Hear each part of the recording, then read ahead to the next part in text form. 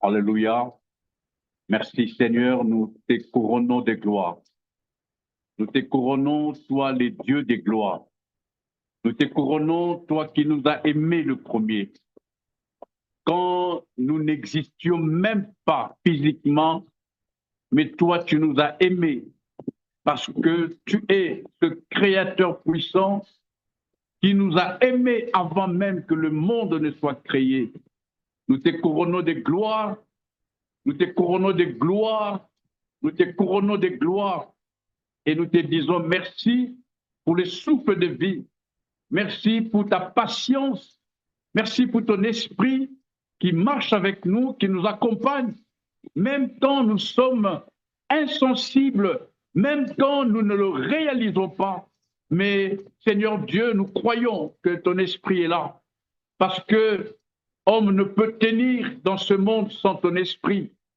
Seigneur Dieu, nous qui croyons en toi, nous nous laissons conduire par toi. Nous croyons en ton pardon. Nous croyons en ta miséricorde. Et nous te bénissons encore ce jour pour les bienfaits, pour le programme merveilleux que tu as conçu avant même que le monde ne soit créé. Tu avais conçu un programme de paix, de bonheur, de succès. Et c'est pourquoi, quel que soit les bruits contraires, quel que soit le vent contraire, nous restons fermes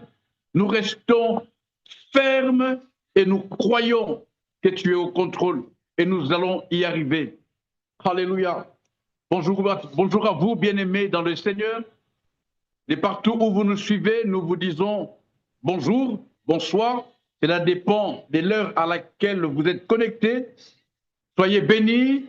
Encore une fois, bienvenue sur cette plateforme Cœur à Cœur où nous venons ensemble nous entretenir, réfléchir par rapport à la pensée de Dieu et nous sommes convaincus que le Saint-Esprit nous communique à la même occasion les conseils de Dieu. Alléluia. Voilà, je voudrais vous inviter à lire avec moi en ce dimanche un passage dans 1 Corinthiens, le chapitre 16, le verset 17. Comme vous le savez, je ne viens jamais les mains vides, j'ai toujours ma Bible avec moi. 1 Corinthiens, chapitre 16, le verset 17. Je ne cesserai de vous demander de prendre le temps de lire tous les chapitres. Moi, je n'ai pas beaucoup de temps, c'est pourquoi je prends des versets et je ne sors pas du contexte. Nous parlons selon que l'Esprit nous conduit. Amen. 1 Corinthiens chapitre 16, le verset 17, il est écrit, veillez, demeurez fermes dans la foi. Soyez des hommes, fortifiez-vous. Veillez. Alléluia. C'est un des versets clés de ces messages, alors que cette année 2025, nous parlons de l'alignement, notre décision à accepter Jésus, à les suivre jusqu'au bout, quel que soit le vent contraire. Nous avons pris la décision ferme de les suivre. En d'autres termes, pour tous ceux qui n'avaient pas pris une décision ferme, ici est plus que jamais le moment, l'heure propice pour revoir. Ce n'est pas un péché, je nous le permets, pour revoir notre décision, afin de pouvoir, dans le cas contraire, nous asseoir dedans, c'est-à-dire accepter. La Bible dit, je prierai vraiment à nos amis de la régie de m'accompagner parce que je préfère qu'on voie les passages bibliques que moi. Ça va? Donc, il y a un verset qui dit, celui qui met la main à la charrue et qui regarde derrière n'est pas digne du royaume de Dieu. Celui qui met la main à la charrue et qui regarde derrière n'est pas digne du royaume de Dieu. Avec Jésus, on y est à du 100%. Ce n'est pas un pied dedans, un pied dehors. C'est ce qui crée les troubles. C'est ce qui crée l'instabilité. Voyez-vous, quand vous avez un pied dedans, un pied dehors, vous ne saurez pas bien marcher. Faites l'exercice. Vous ne saurez pas bien marcher et en fin de compte, vous allez perdre l'équilibre. Jésus, c'est du 2 pieds dedans. Tout en nous dedans. Les pensées, tout en Jésus. C'est ça l'alignement. Il n'y a pas une partie dedans, une autre dehors. Tout en nous doit être jésufié. Voilà ce que je cherchais. Celui qui met la main à la charrue et qui regarde derrière n'est pas digne. Cette année 2025, pour asseoir notre conviction, c'est-à-dire, je suis là, j'aime Jésus. Même si on me braque, même si, j'allais dire, on me menace avec un fusil, de choisir entre Jésus et autre chose, ma réponse est claire, c'est Jésus. C'est Jésus. Et moi, je vous ai toujours dit la vérité, je ne suis pas parfait. J'ai des défauts. Et je me bats pour me discipliner parce que c'est ça le meilleur combat. Mais maintenant, là, à l'heure actuelle, il n'y a pas de choix. Il n'y a qu'un seul choix, c'est Jésus. C'est Jésus. Je me suis aligné. Je le suivrai jusqu'au bout. Je crois en lui. Je crois qu'il est le Fils de Dieu. Il est venu sur la terre. Il a donné sa vie.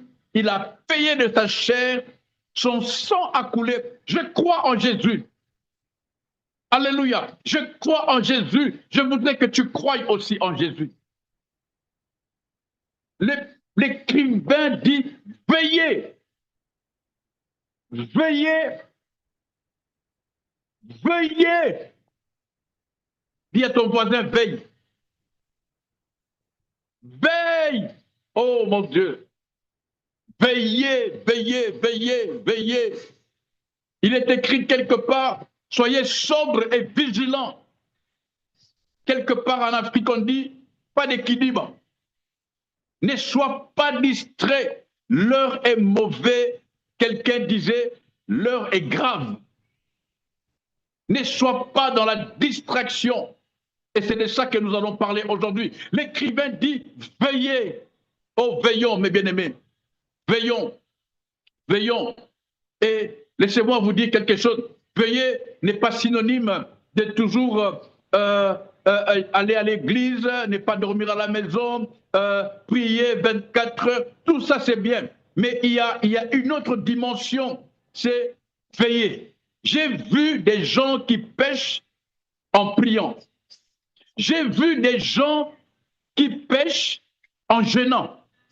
Je ne sais pas si vous comprenez. Je connais des gens qui moi-même, je suis passé par là. Je ne vous prêche pas mon expérience, mais je vous partage. Il est possible que quelqu'un parmi nous s'y retrouve. C'est pourquoi il y a une dimension, nous en parlerons, Dieu voulant un autre jour, il y a une dimension qui va au-delà de la prière, de tout ce que nous faisons comme pratique religieuse, c'est-à-dire veillez, veillez, veillez, veillez, veillez et demeurez ferme. Demeurez ferme dans la foi. Et il dit, soyez des hommes. Fortifiez-vous. Voilà, je dépose ma Bible et nous allons parler ensemble. Nous allons parler parce que je crois que beaucoup ne réalisent pas que le combat dans lequel nous sommes est un combat non physique, mais le combat est spirituel. Le combat est spirituel. Je suis quelque part sur cette planète actuellement, là où il y a la guerre. Donc, tel que vous me voyez là, il y a la guerre à quelques kilomètres. Il y a des coups de fusil. Il y a des gens qui tirent à gauche et à droite. Et puis, ça fait peur, évidemment. Hein, ça fait peur. On est caché, les gens ne sortent pas. Mais ce qui crée l'instabilité, ce qui amène la psychose, ce qui provoque la peur, c'est avant le tir, c'est d'abord l'information.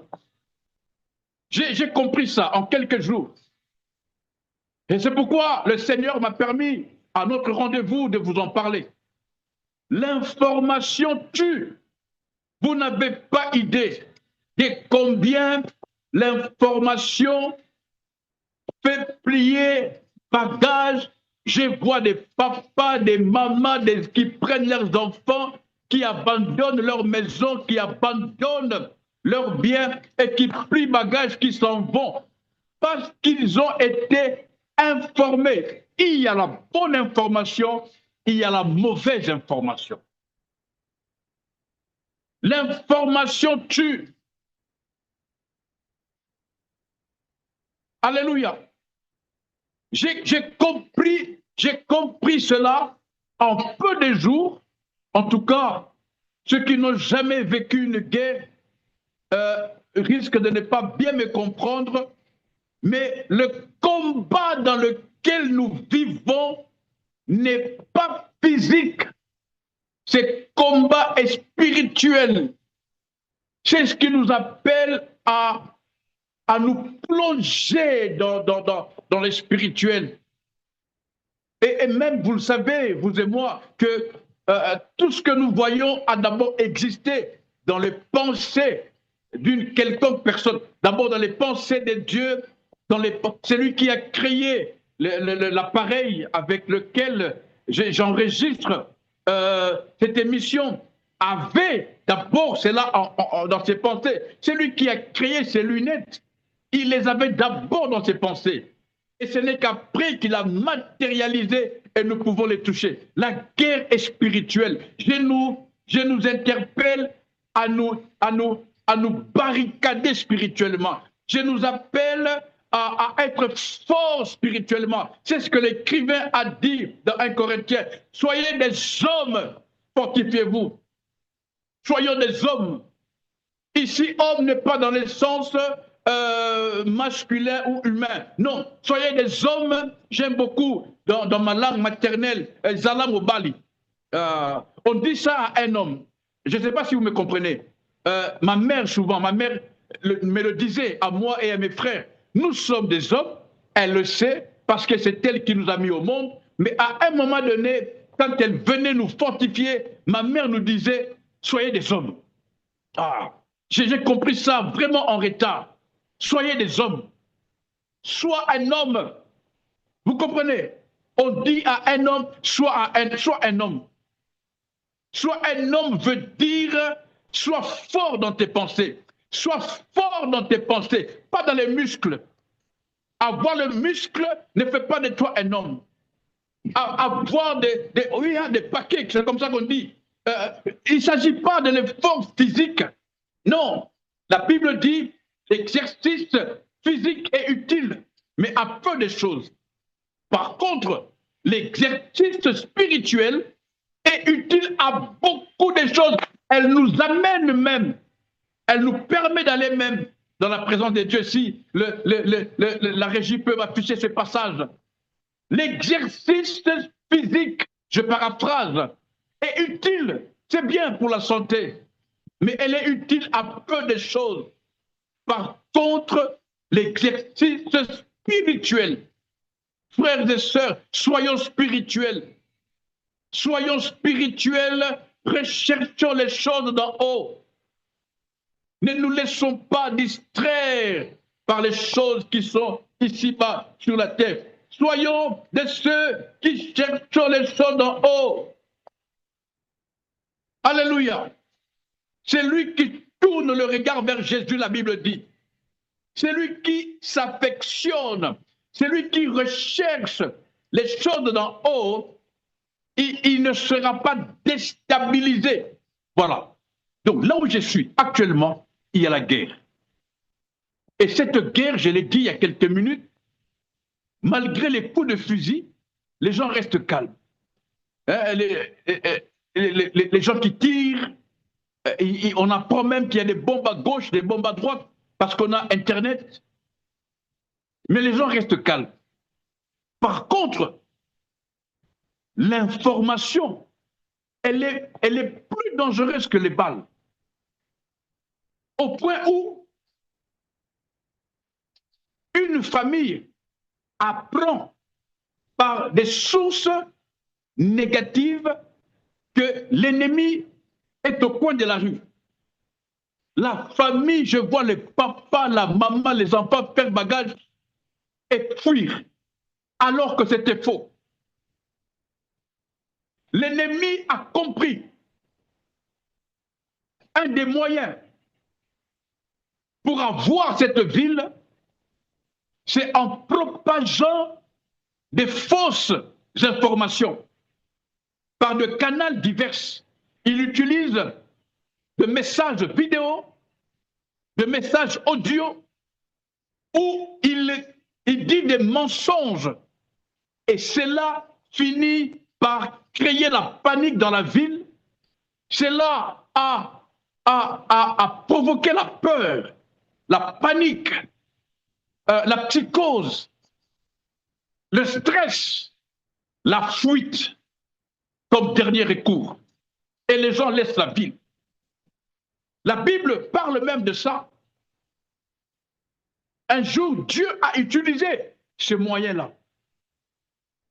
Si vous comprenez ce que je suis en train de dire. Dieu a créé la panique dans l'armée ennemie à Israël au point où ils n'ont entendu le bruit des chars, des chevaux. Ils ont pris fuite et ils sont partis. Ils ont tout laissé et Israël est venu. Israël a tout pris avec lui. L'information, la mauvaise, elle tue. C'est pourquoi Jésus, à la porte dans Apocalypse, il dit, je frappe. Si quelqu'un entend ma voix, si quelqu'un entend ma voix, si vous avez ce passage, affichez-moi ce passage. Désolé, aujourd'hui, je voudrais vraiment qu'on se comprenne. Parce qu'en fait, la bonne information, c'est la parole de Dieu. Alléluia. Mes amis de la régie, vous comprenez bien, la bonne information que nous donnons, c'est la parole de Dieu. Et c'est pourquoi je voudrais qu'on l'affiche, parce qu'il y en a qui n'ont pas le temps de lire ou qui ne lisent même pas. La Bible dit dans Apocalypse, Jésus, se tenant devant la porte, il frappe. Il dit, si quelqu'un entend ma voix, en d'autres termes, il y a du bruit dehors. Il y a beaucoup de voix dehors. Il n'y avait pas que la voix de Jésus. Il y a beaucoup de voix. Il y a une voix qui te dit même de l'intérieur, non, n'ouvrez pas. C'est peut-être l'ennemi. Il y a une voix qui dit, non, n'ouvrez pas. C'est peut-être un méchant. C'est pourquoi Jésus a dit, si quelqu'un entend ma voix, et qui est celui qui entend la voix de Jésus, si ce n'est pas celui qui fait partie du troupeau du Seigneur. Parce qu'il dit, mes brebis entendent ma voix, mes brebis connaissent ma voix, et quand je les appelle, mes brebis viennent à moi. Ici, c'est là où nous nous appelons, nous nous interpellons, nous nous encourageons à ce que chacun de nous ait la capacité de détecter la voix du Seigneur dans le chaos. La capacité de reconnaître la voix de Jésus malgré le bruit de l'extérieur. La capacité de dire ça c'est le Seigneur. Comme Pierre, les autres, en voyant Jésus marcher sur l'eau, ils ont dit c'est un fantôme. Pierre a dit non, c'est le Seigneur. Et Pierre a dit, si c'est toi, ordonne que je vienne. Nous avons besoin de ça. Et pas nous laisser perturber, nous laisser nous laisser dans la peur, parce qu'il y a les vagues, parce qu'il y a des tempêtes qui viennent de gauche et de droite. Non, non, ici, nous avons besoin par la foi, parce que la petite histoire dit, quand Jésus fut réveillé dans la barque, il a dit aux disciples, gens de peu de foi. Alléluia. Et le Corinthien ici nous dit, dans 1 Corinthien, veuillez demeurer ferme dans la foi. Ferme dans la foi. Notre foi s'exerce au-devant de situations. Notre foi s'exerce au-devant de challenges. On reconnaît celui qui a la foi devant l'épreuve. Quand vient l'épreuve, quelles sont tes motivations? Quelles sont tes décisions? Soyons des hommes. Alléluia. Dis-le à ton mari, sois un homme. Ah, dis-le à ta femme, sois un homme.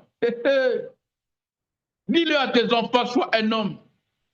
Quand nous étions jeunes, je me rappelle, à un moment donné, avant la bagarre, on disait, si tu es un homme, viens.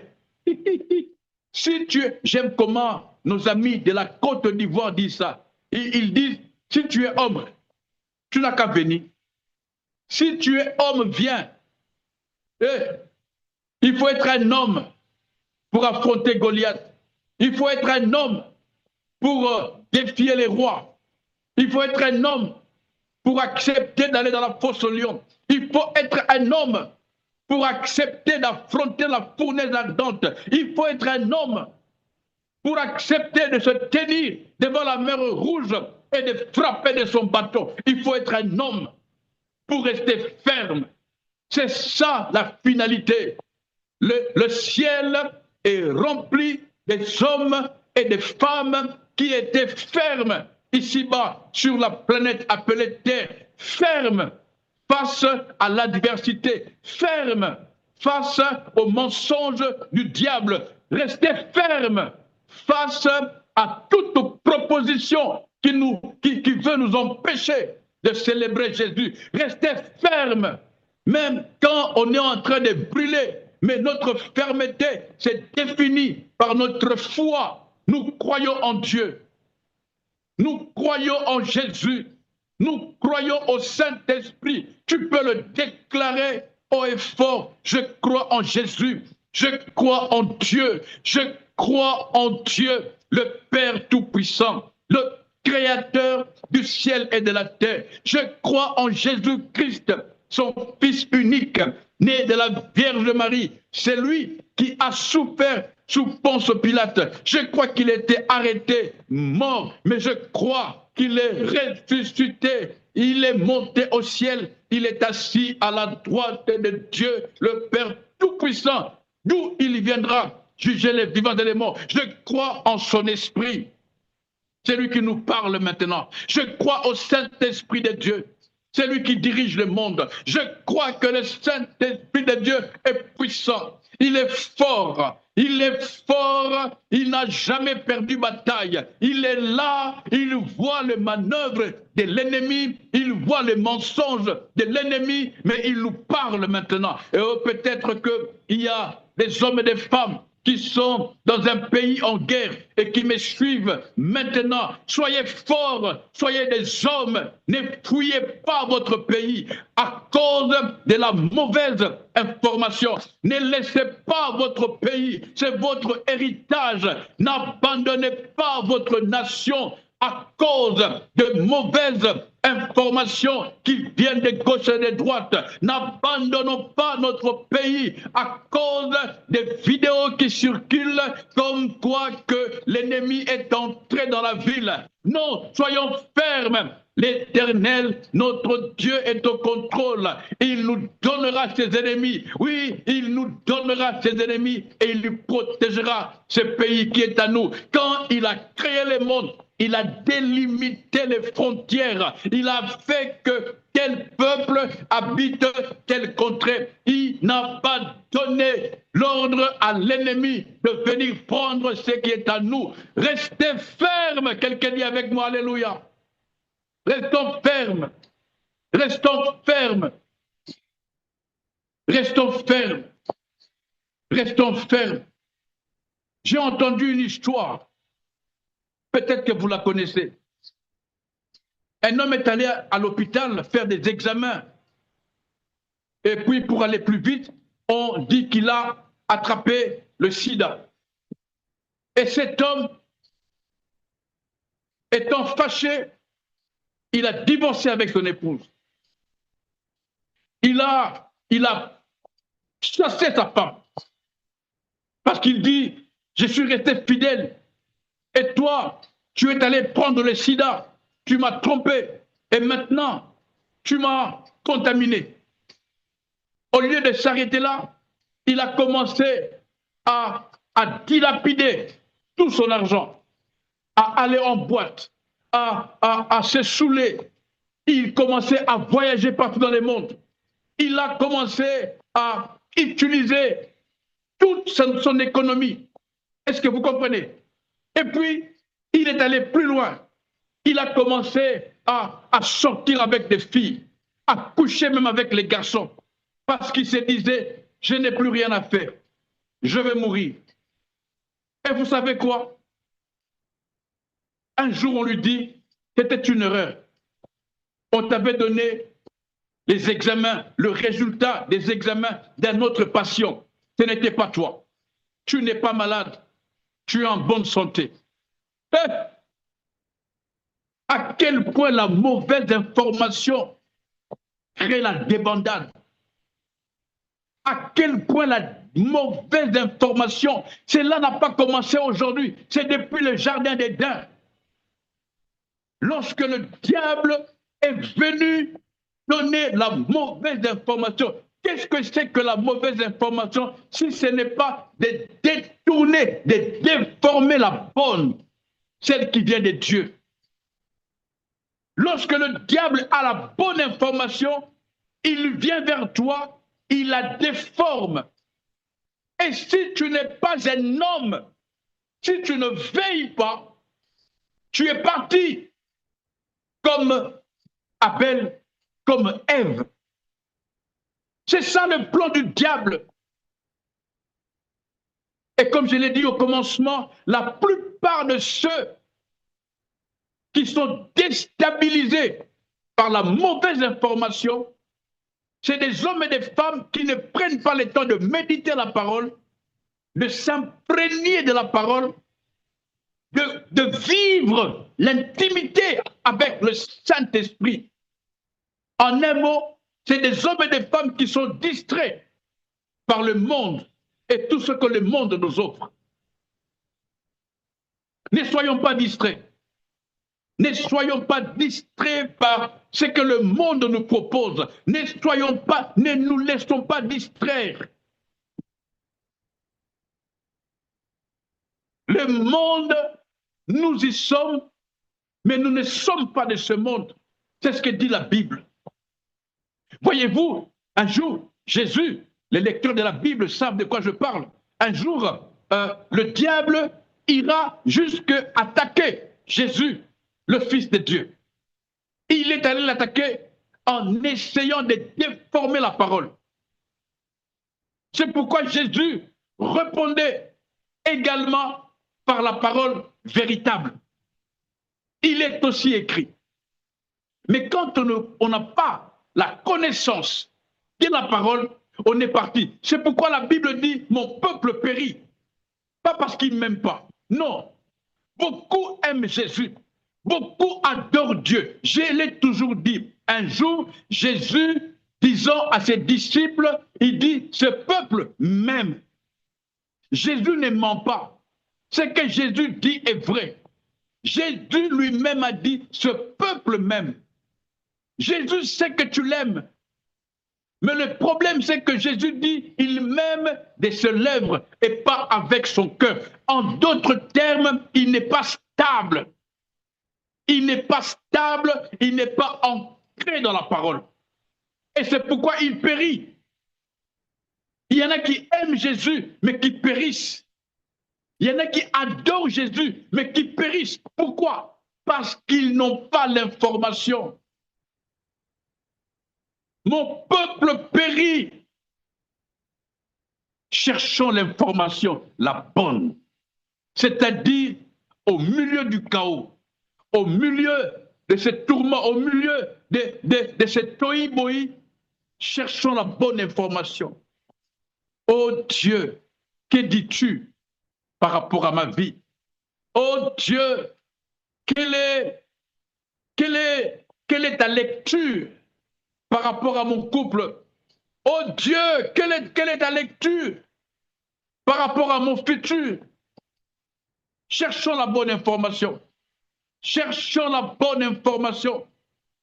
Ici est plus que jamais l'heure de chercher la bonne information, de savoir qu'est-ce que Dieu a dit par rapport à tel sujet. Et c'est là que je me suis rendu compte que c'est ça le fruit de l'alignement. L'alignement, laissez-moi lire ce que le Saint-Esprit a déposé sur mon cœur. Notre combat n'est pas de savoir si Dieu va exaucer nos prières.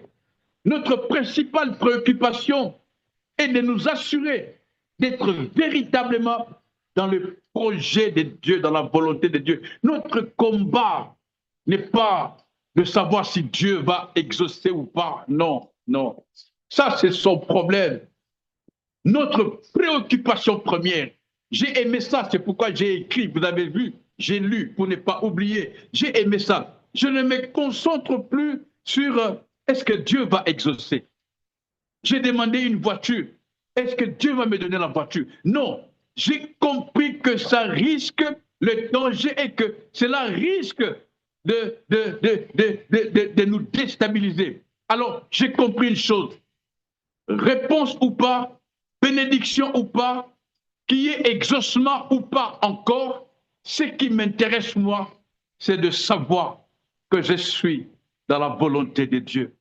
C'est de m'assurer que je suis dans l'alignement. C'est d'être sûr et certain que je suis en plein dedans, même si je ne vois pas encore ce que je cherchais, ce que j'ai demandé, même si je n'ai pas encore de réponse par rapport à ma prière, mais je me bats pour être dans la volonté de Dieu. Je me discipline pour demeurer dans la présence de Dieu. Je me discipline pour ne pas m'écarter un peu, comme disait quelqu'un, rester à mon poste et attendre jusqu'à ce que la prophétie, la promesse s'accomplisse. N'est pas me laisser distraire, n'est pas laisser l'inquiétude déranger ma vie. Non, me concentrer sur Dieu, me concentrer sur Dieu, aimer Jésus, demeurer dans la parole, n'est pas être dans la distraction. C'est ça que la Bible dit. Veillez, veillez, veillez, n'est-ce pas? Prenez soin de votre foi, demeurez dans la foi, soyez des hommes, ne soyez pas dans la distraction, parce que la distraction nous amène loin et la distraction a comme moyen de transport la mauvaise information. Cherchons la bonne information, mettons-nous à table, asseyons-nous comme le disciple de Bérée, analysons, réfléchissons. Dieu n'a pas créé des moutons, Dieu a créé des hommes et des femmes avec intelligence afin de méditer, de réfléchir, de raisonner par rapport à tel ou tel autre sujet. Ne soyons pas dans la distraction, je le répète. Je me suis connecté aujourd'hui pour nous partager en ce dimanche cette pensée du Seigneur. Comme vous le voyez, vous me voyez un peu regarder à gauche et à droite parce qu'on ne sait jamais. Et bien voilà, que Dieu nous fasse grâce, que Dieu nous aide à ce que la mauvaise information ne nous emballe pas, que la mauvaise information ne provoque pas la peur. Soyons ancrés dans la parole, revêtons-nous des armures de Dieu, soyons des hommes. Dis à ton ami, sois un homme, même si c'est une femme. Dis-lui, sois un homme. Alléluia. Que Dieu vous bénisse. Nous nous disons à dimanche prochain, à la même heure, sur notre plateforme Cœur à Cœur, afin de partager, de continuer à partager la pensée du Seigneur, nous édifier et avancer. Voilà, je vous prie, pour tous ceux qui m'ont suivi, de prier pour le Congo, pour la nation congolaise, pour le peuple congolais, de prier pour tous ceux qui aiment le Congo. Nous croyons au véritable Dieu et nous le bénissons pour son plan merveilleux et pour sa grâce. Au nom de Jésus-Christ, nous avons prié, nous disons Amen. Bye bye.